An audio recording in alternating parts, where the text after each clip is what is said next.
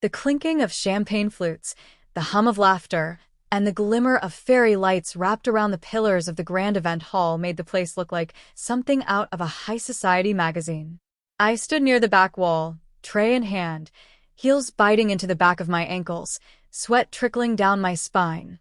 Not from the summer heat, but from the sting of humiliation burning across my skin. "She's just here to serve drinks," my brother-in-law, Greg, said loud enough for the room to hear as he grabbed a glass of Prosecco from my tray. "This is a family event, not a shelter." His laugh was ugly. So was the chorus of chuckles that followed. My sister's smirk.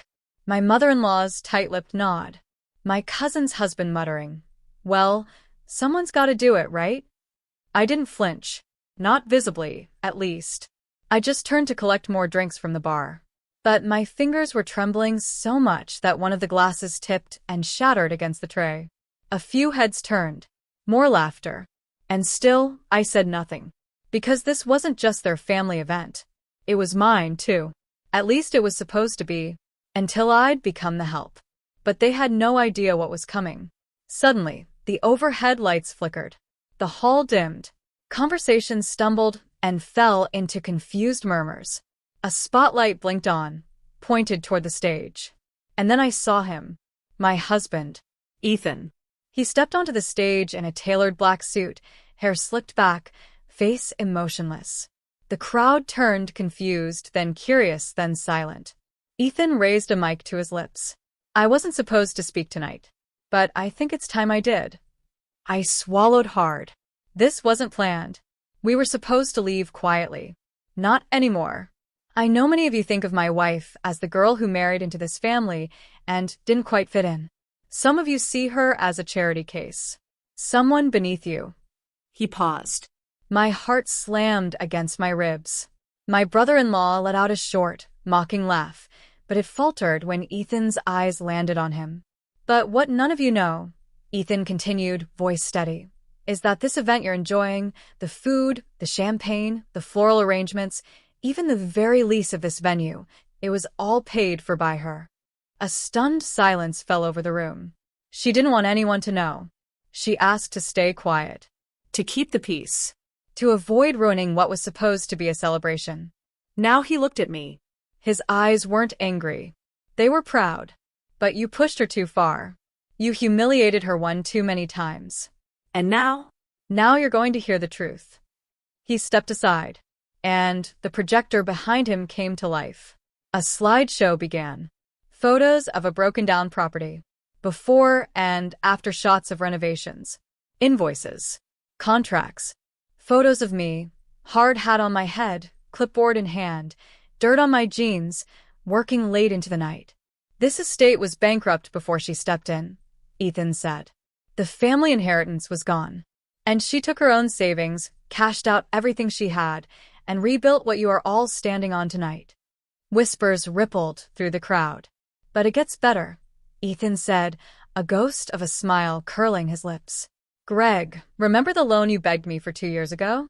The one I said I couldn't give you?" Greg blinked, face paling. "My wife gave you that money. Anonymously. And you used it to buy your precious lake house, and then laughed behind her back for pouring wine." Greg's jaw clenched. "That's not true." Ethan held up the signed wire confirmation. "It is." Silence again. Then gasps. From the front row, Ethan's mother looked ready to faint. "But I'm not here to make you apologize," Ethan said. "I'm here to remind you that no one gets to mock my wife and walk away clean." He turned to me and held out his hand. "Come up here." I didn't hesitate. I walked across the floor like my heels didn't hurt, like my heart wasn't hammering, like I hadn't just been reduced to a servant 10 minutes ago. I took his hand, and the spotlight followed. My voice was calm as I leaned toward the mic. "You called this a family event," I said, looking at Greg. "But if family means stepping on someone to feel taller, then I'm proud to say, this isn't my family anymore." And then I walked off stage. Right past the stunned tables. Right out the door. And into the next chapter. But that was just the beginning. What happened next, after that door closed, would unravel secrets, lies, and betrayals even I didn't see coming. The next morning, my phone buzzed nonstop. Missed calls, voicemails, group chat pings from family I hadn't spoken to in months. One from my cousin Rachel. "What the hell was that last night? Why didn't you tell us?" Another from my sister, Brianna. "You embarrassed Greg. In front of everyone. I hope you're happy." I didn't reply to any of them. Instead, I walked barefoot across our hardwood floor, the sunlight spilling through the windows of a home I bought, but never bragged about. The same one they refused to visit because, in Brianna's words, it smelled like paint and desperation. Ethan stood by the kitchen island, sleeves rolled up, coffee mug in hand. "You okay?" he asked. I didn't answer right away. I just looked at him and finally said, "I think I am." He gave a quiet nod.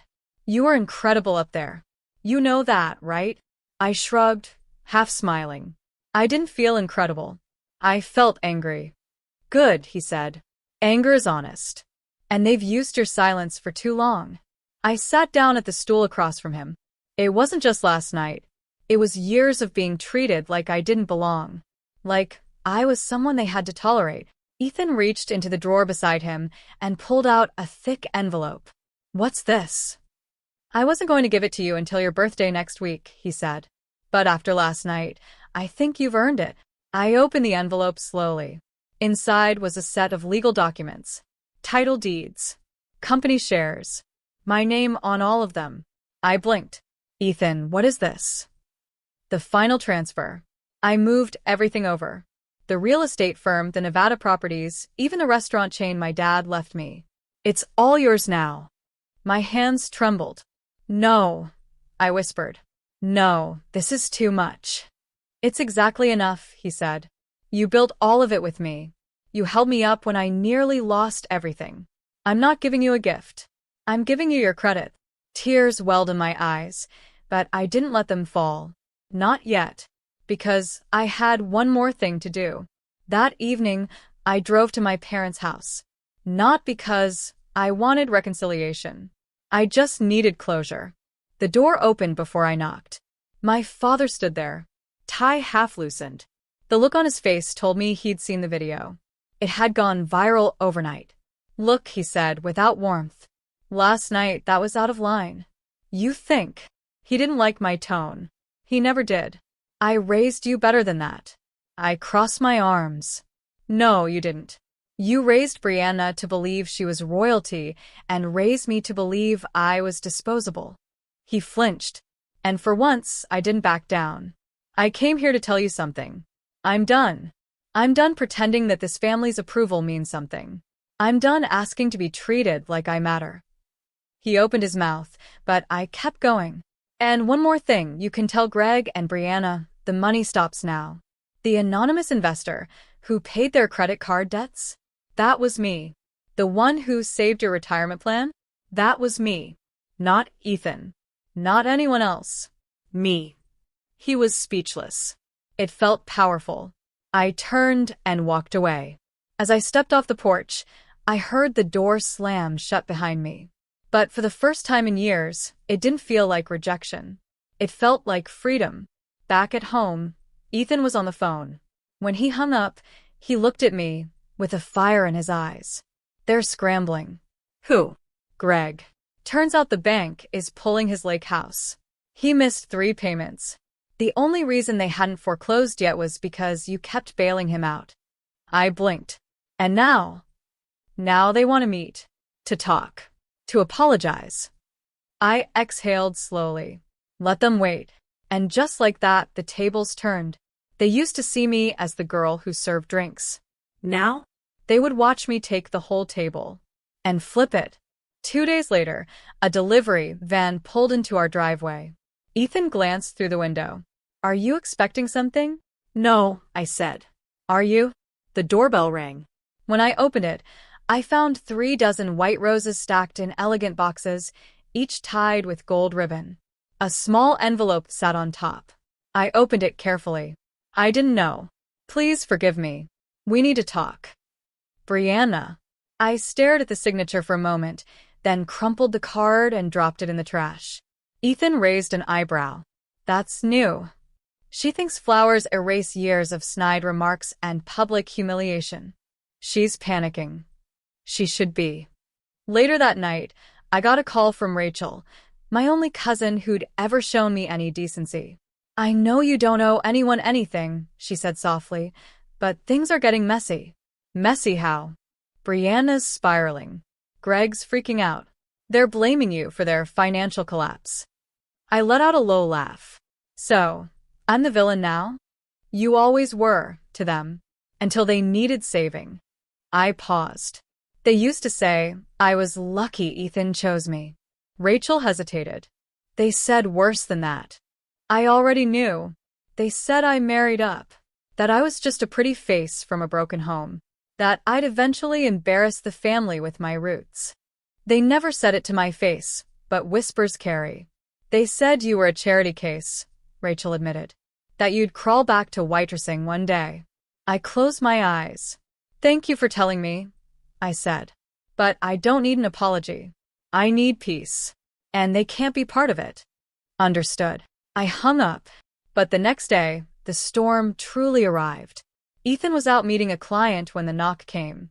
I opened the door, and there they were, Brianna, Greg, and their lawyer.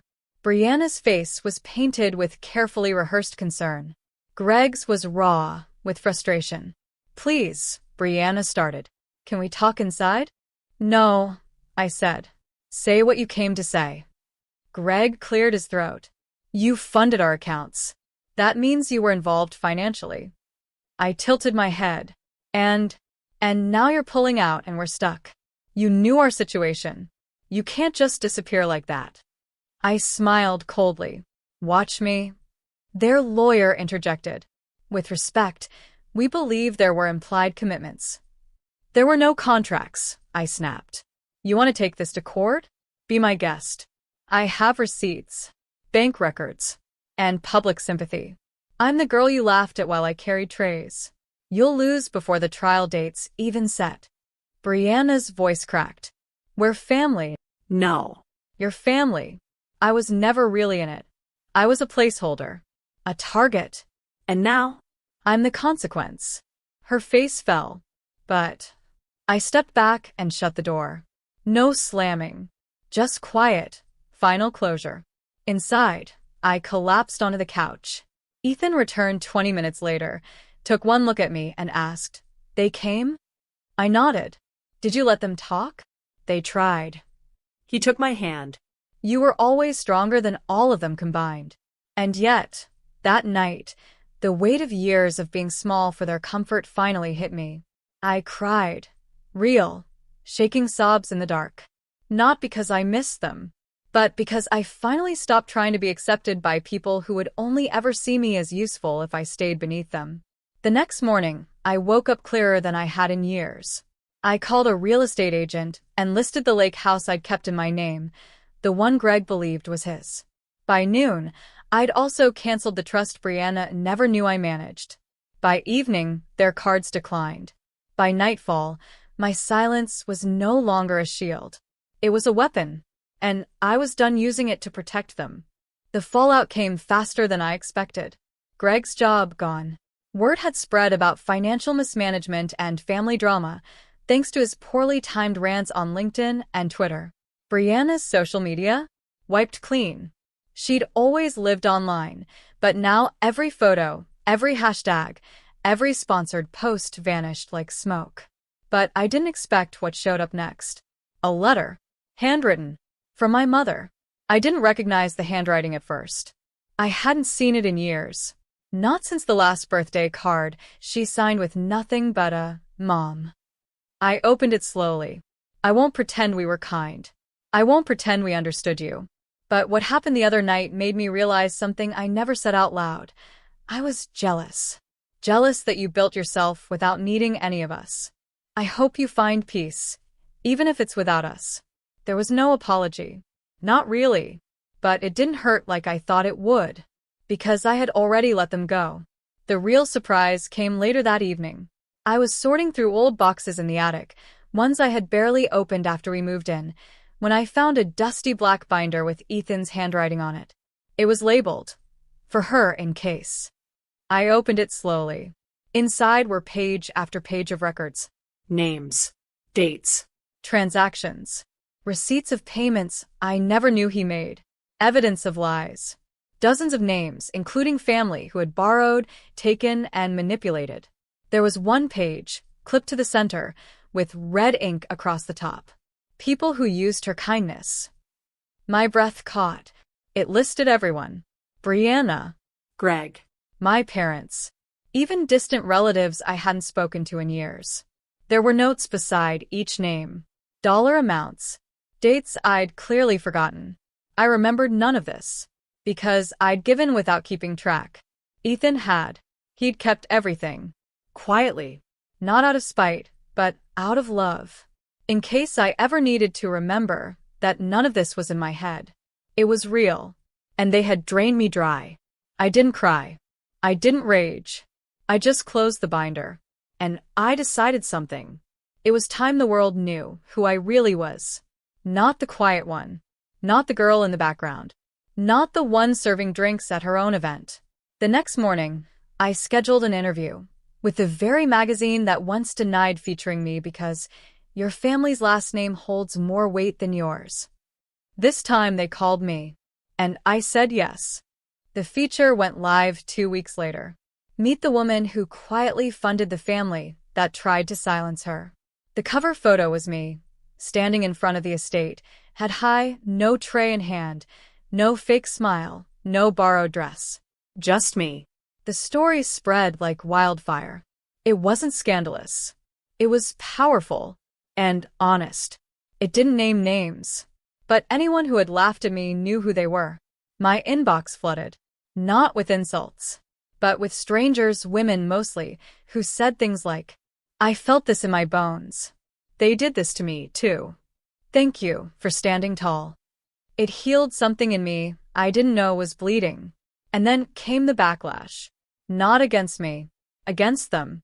Greg lost his board seat. Brianna's lifestyle blog was pulled from sponsorship deals. Turns out, advertisers didn't want influencers who publicly humiliated their own relatives. Even my mother stopped showing up at social events. Word had spread, and in their circle, silence was worse than gossip. But I didn't rejoice. I didn't dance on the ashes. Because I didn't burn the bridge. They did. I just stopped watering it.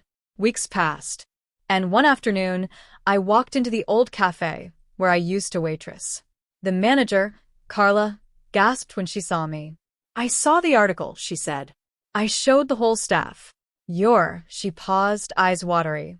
You're something else. I smiled. I just want a coffee. On the house. I sat at the same corner table I once cried on after double shifts and whispered dreams. Ethan joined me an hour later, setting his phone down. He looked proud, but not surprised. They want you on a panel, he said. Women in finance. 200 keynote seats. They want you. I blinked. Me? He leaned closer. It was always you. I laughed softly. Funny.